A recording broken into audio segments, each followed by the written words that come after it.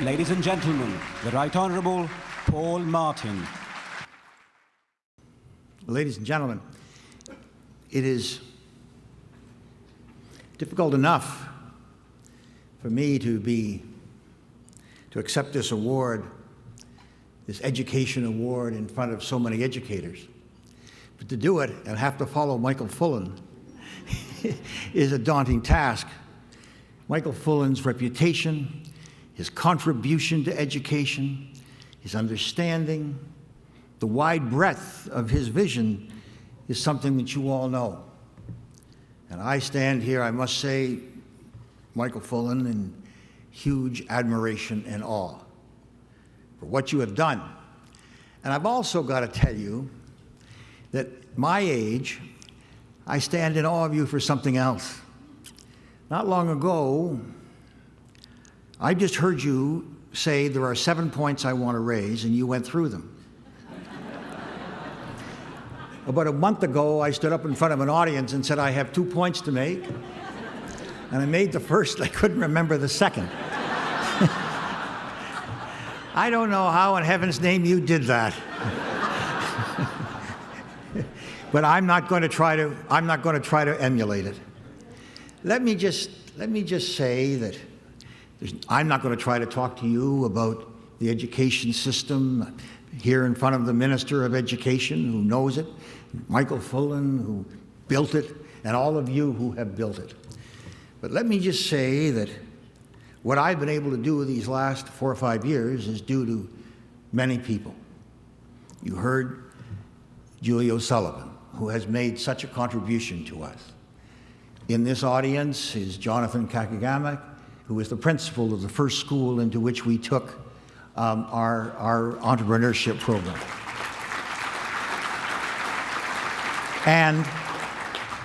And the assistant principal, and perhaps just for the heck of it, they might just stand up.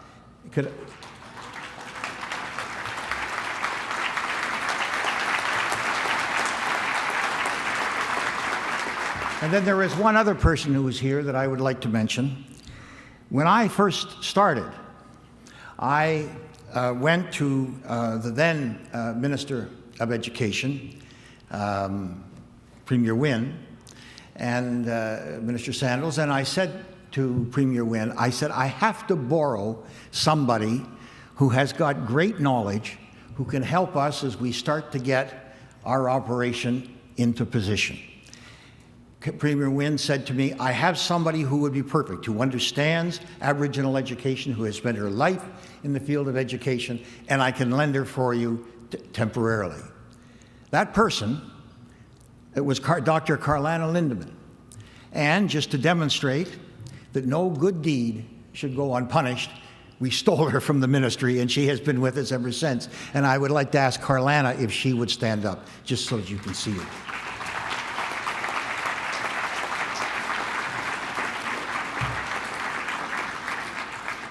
So let me just talk to you briefly about the perspective that I would bring to the question of Aboriginal education.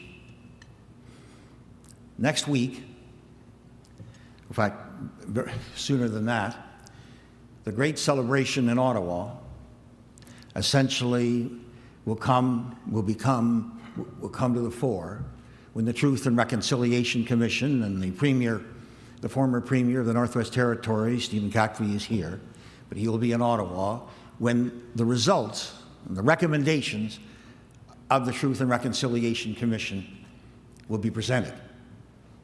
And when they are presented to the Canadian people, and when people once again focus on the horrors of the residential schools, there will be a great outcry of support.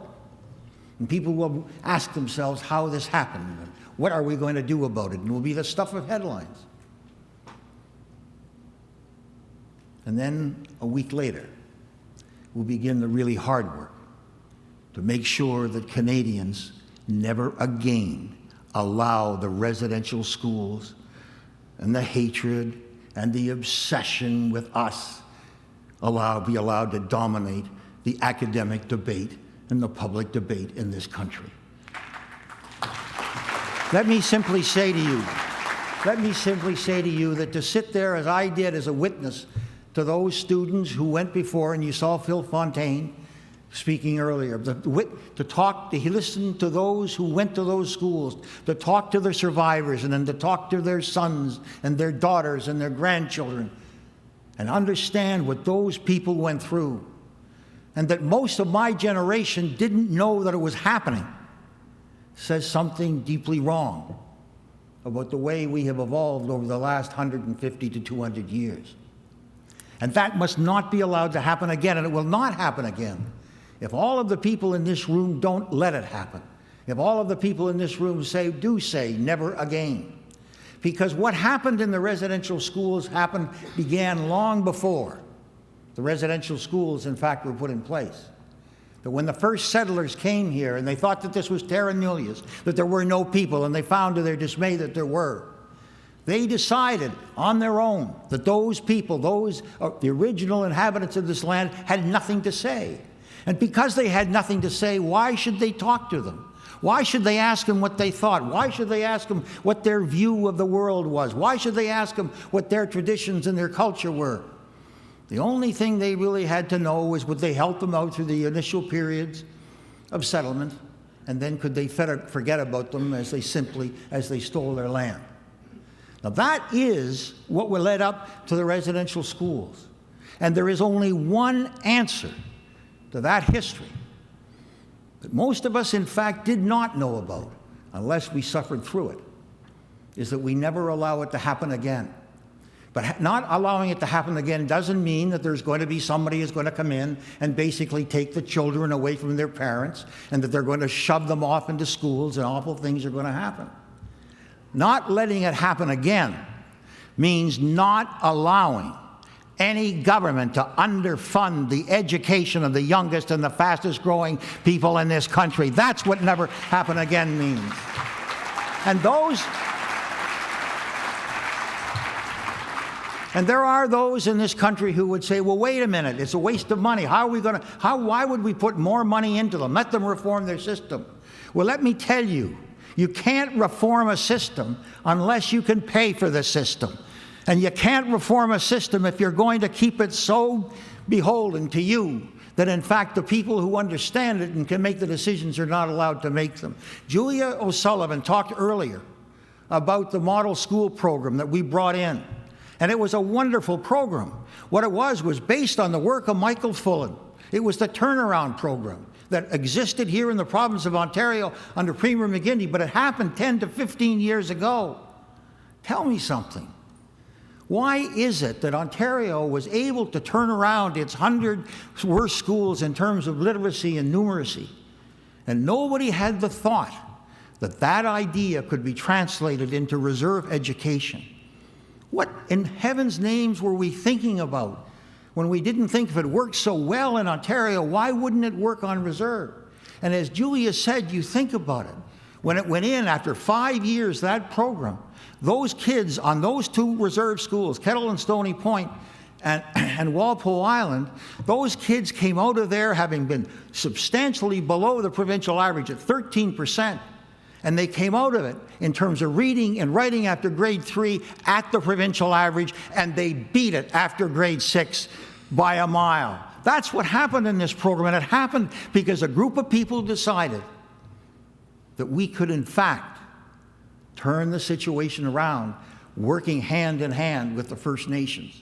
And if there was one emotional event that I will never forget, it's when Julie announced, and Carlana was there, announced the results. The chief of one of the bands stood up, and the tears were coming down his face.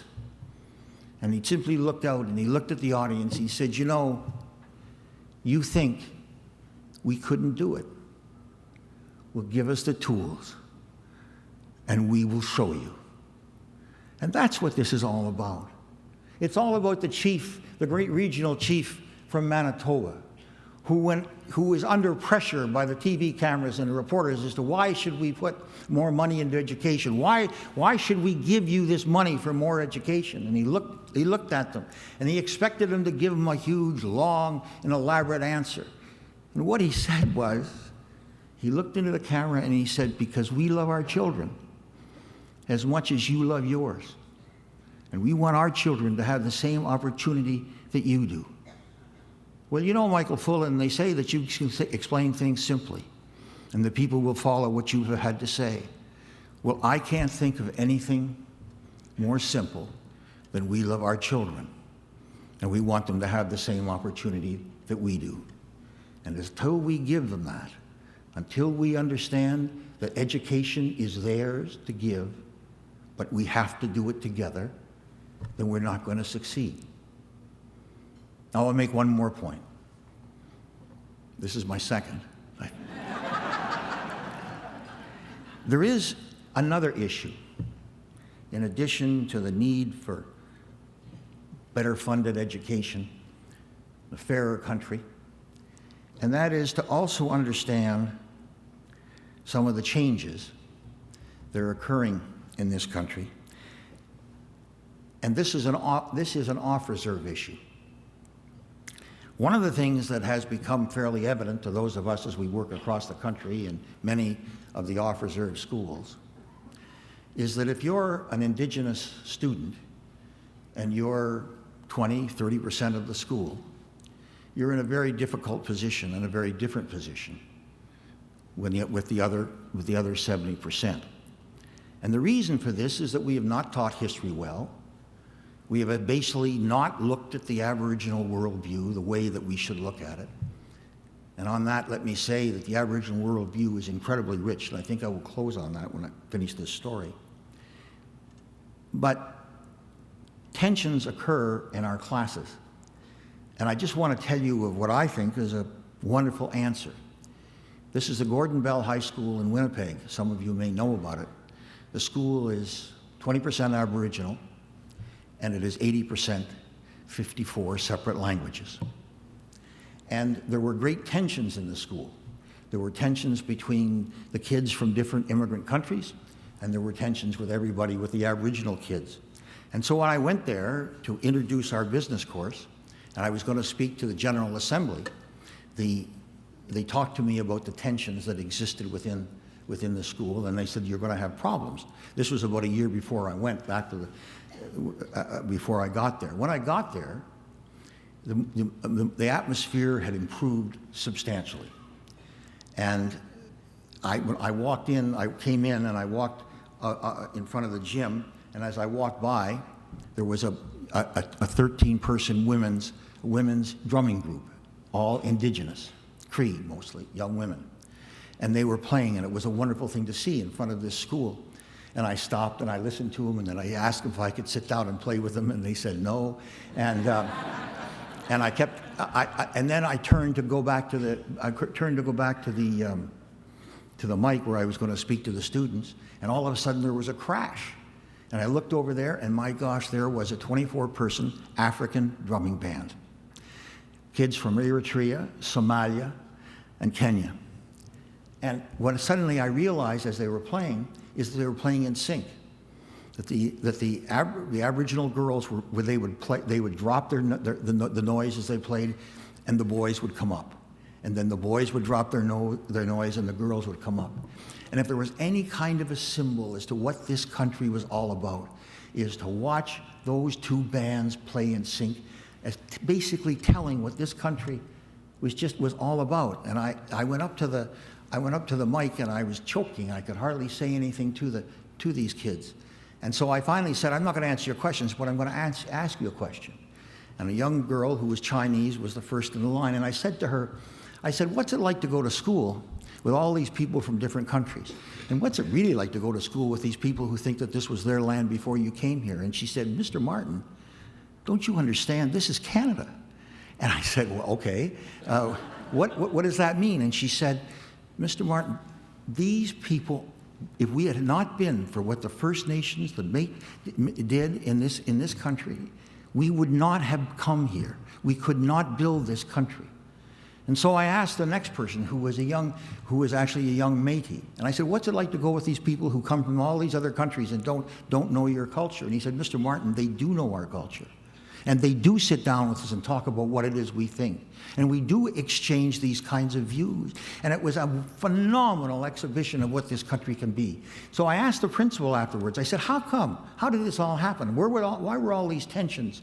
What happened to all these tensions? She said, I'll tell you what we did. A year ago, our teachers would walk down the halls and they'd see the kids coming and they'd grab 3 Aboriginal kids and they would grab 3 Chinese kids and they'd grab 3 African kids and they put them into a room. They shove them into a classroom, say, you're going to spend an hour in there. I don't care what you do, but you're not coming out until you spend an hour. And for a year, these kids talked to each other. And they talked to each other about what they believed. They talked to each other how they saw the world. And they talked to each other about very different worldviews. And at the end of that was a school where those tensions had gone. And I got to tell you something. If somebody doesn't understand what education is all about, it isn't only in the classroom. It's in the interchange between those kids. And that is the kind of country that we are going to build. And the reason that I say that is that no matter how much money we put into the Aboriginal education system, the one thing that we have got to understand is that Aboriginal Canadians have a worldview that is so different from the Eurocentric one. That you and I, most of us in this room, went to school where we understood that things are compartmentalized. And they don't. They understand the same way, by the way, that quantum physicists understand, is that there are no categories there are no lines between the different disciplines, that in fact it has all come together.